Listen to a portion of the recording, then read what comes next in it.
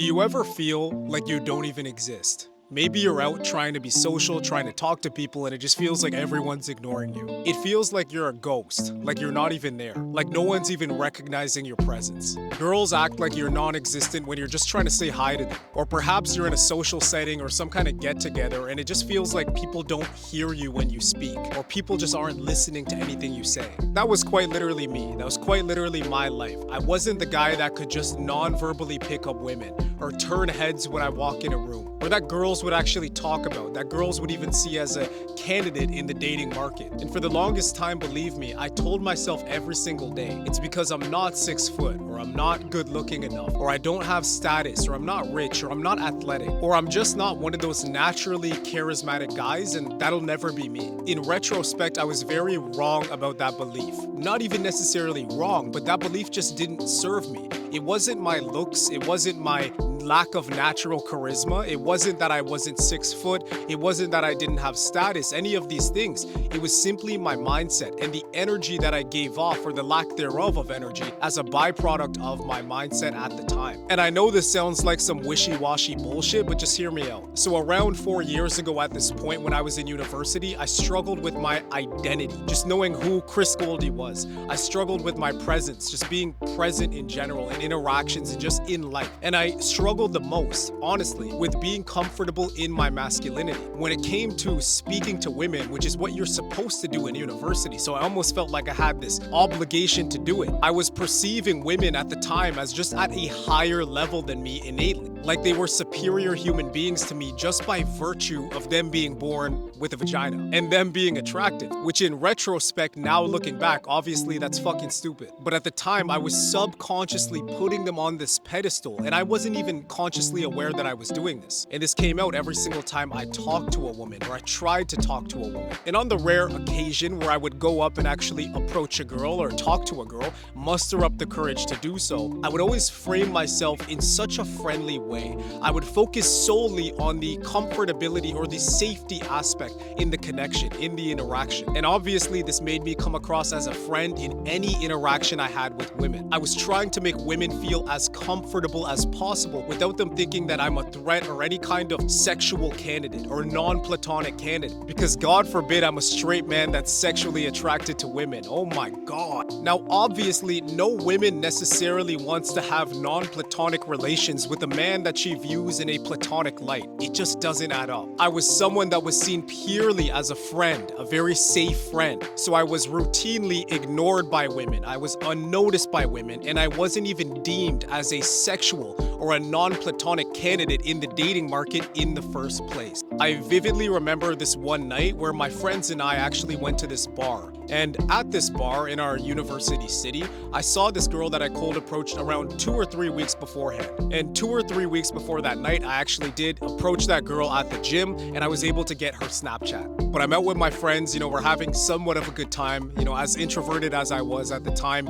I see that girl, I go up to her, I'm talking to her, I'm trying to say all the right things, I'm trying to use all the little formulas and gimmicks that I found online. And believe it or not, that past version of me actually thought that this girl was into me. I really thought that this girl was into me. And as it turned out, she saw me as a friend the whole time, from the very beginning. And as a man, that getting out of the friend zone is virtually impossible. And even in cases where it is possible, a vast majority of the time, it's not even fucking worth it. Once you're viewed purely in a platonic light, you're pretty much fucked. But this is something that the past version of me just could not wrap my little head around. But anyways, I'm talking to this girl at the bar. It seems like we're having a good conversation from what I knew at the time. And her friend actually ends up going to my friends to say something to my friends. Mind you, it's about like 5 of my friends that are at one table, and I'm up standing, on my own in the bar talking to this one girl. And her friend, the friend of the girl that I was talking to, goes over to that table of my 5 friends and she says, "Can you get your friend," referring to me, "away from my friend," referring to the girl I was talking to, "because my friend is not into your friend." And at the time, I'm not gonna lie, this was one of the most polarizing experiences I've ever felt. This was probably the first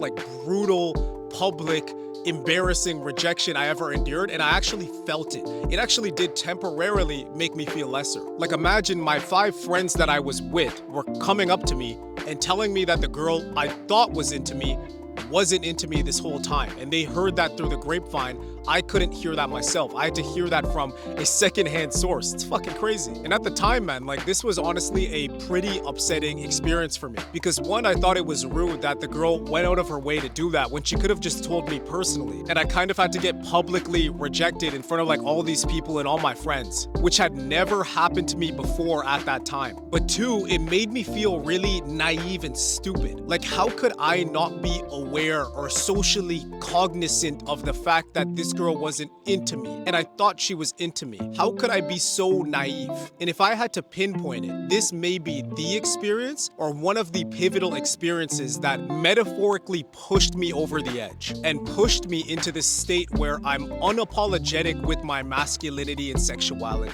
I'm gonna express my intentions whenever the fuck I want, however the fuck I want. So the year after that, I essentially went into war with dating. I had to rebuild myself, my mindset, how I perceived women, everything from the ground up. It was a total mindset reset. My way of thinking was so fucking different than the year before that. And for me personally, it was coming to the innate understanding, the conceptualization that it's totally perfectly normal and okay for me to express my intent with women, for me to be heterosexual, to make things clear with women, for me to flirt, for me to tease. I was just so brainwashed by the new age, westernized feminism agenda that I thought I had to be almost gay when I'm approaching girls. I thought I had to be extremely nice, or else it would be like harassment. I almost felt guilty. I almost felt like a predator if I were to go up to a girl and tease her in a conversation. But I had come to a very visceral, a very clear, and a very painful conclusion that women do want you to demonstrate your intent. They do want you to be comfortable in your masculinity. They do want you to display the fact that you're comfortable in your heterosexuality. Whether they are consciously aware of it or not, which again, I'm sure a lot of girls are not consciously aware of it, they all crave a man who is decisive, who takes action, who's comfortable in his own skin, who's comfortable teasing and saying shit how it is, not hiding your intent and acting like you're fucking gay when you're not gay. And instead of perceiving women to be the prize, which I did by pedestalizing them and seeing them as superior beings, I had to see myself as the prize and operate from a frame of abundance rather than a frame of scarcity. During those couple of years in university, I perceived women as such an important thing, such a rare and valuable thing, specifically attractive women. And my mindset was always like, oh, I can't fumble this conversation, can't fumble this date because attractive girls are rare. You can't find them anywhere. There's a shortage of attractive girls. And this thought process caused me to have a scarcity frame, a scarcity mindset. And this set in motion a chain of events that led me to having tangible scarcity, having less than less,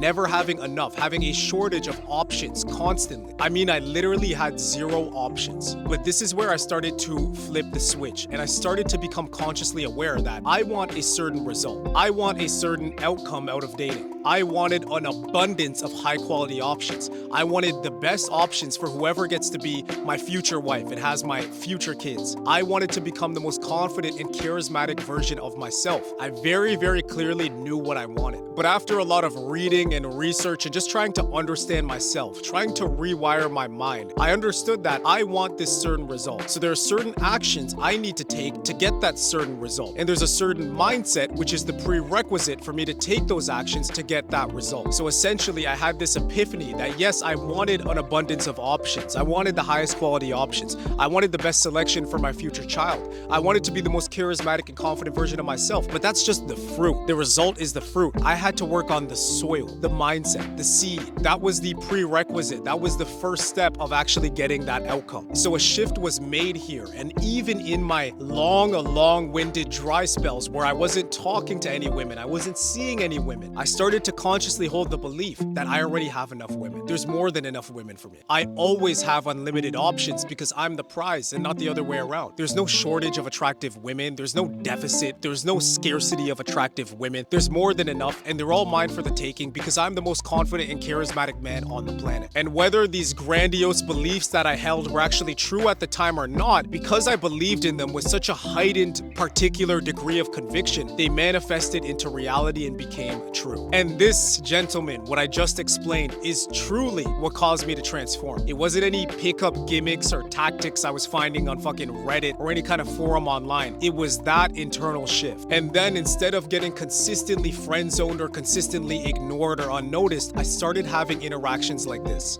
Guys, excuse me, really quick. Really important question. Are you guys really good friends? Yeah. Okay, like what kind of friends? Like would you be jealous if something really good happened to one of you? Or would you be happy for the friend? Be happy. Happy, right? Okay, because you guys both look really good today, but you look really good. I can't lie. Happy. You're happy for her, right? Yeah. Awesome. What's your name, ma'am? Jensen. I'm Chris. Nice to meet you. Nice to meet Jensen. I don't hear that often. Yeah, not a common one, I'd say. Nah, where's that from? Sure. Okay. It's not really like from anywhere. Okay. I don't know. My mom just named me because she knew a friend who had a kid named Jensen. No way. Yeah. Okay. Are you mixed? Yeah. Awesome. What's the mix? Actually, let me guess. Okay. You're black, no? Like you gotta be Yeah. black. Okay. I'm saying like Saint Lucia or something. Jamaican. Jamaican. Damn, you didn't even let me guess again. Fair enough. I'm similar. I'm like Jamaican and Scottish. That's crazy. We're already on the same page. What do you think though? Do you approve? I approve. You approve? Yeah, Let's go. That's all I needed. That's all I needed. What are you guys out here doing today though? Just chilling? Yeah, we're just her sister. She lives here. Your We're sister? from here, yeah. Oh man. All right, I gotta meet her soon. Not today. I'm not ready. You know, when I'm in like better attire, I'll meet her and it'll be good. You know? Dressed up and ready to Yeah. Exactly. Do you live around here as well? From Edmonton. Edmonton. Yeah. How long are you staying in Toronto for? A week. Just a week? When do you leave? Saturday. My God, I'm gonna have to catch you before then. Yeah, actually, honestly, if you know Yeah. places and stuff like that. We'll go to like a cafe or something. You like coffee? Oh, of course. Awesome. All right, coffee this week. It's really quick. Fill out this quick form one time.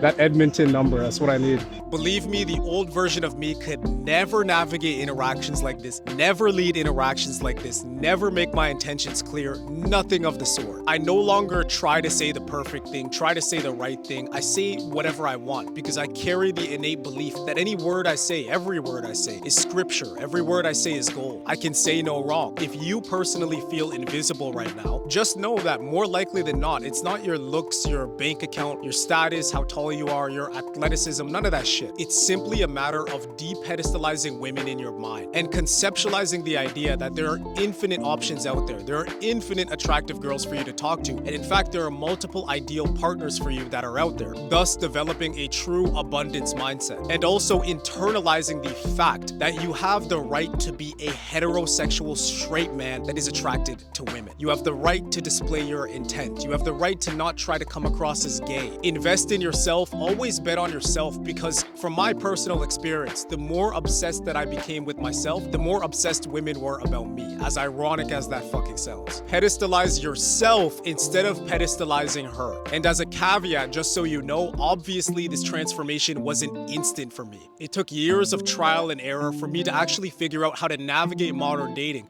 from an inner and outer game perspective. But I have built out a fairly simple step-by-step process to accelerate your journey to becoming the most charismatic, confident version of yourself while attracting your ideal women. And that's my Gold Charisma Coaching Program. I show my slayers, which is what my clients are called in my program, exactly how to master inner game, outer game, social confidence, attraction with women without leveraging any outdated gimmicks or outdated tips. Because fuck that outdated shit, man. Dating is different now. Girls are different now. You know, modern dating is just a whole different beast. And this is specifically for men who are looking for permanent transformation, who want to live the rest of their lives confidently, who want to live feeling aligned, who want to live in a state of abundance. If you believe that's applicable to you, book in a call with the link in the description and I'll personally hop on a call with you to see how we can help. Thank you for watching till the end of this video. I hope you found it helpful and I hope you can apply some of the information that I'm giving you here. Take care.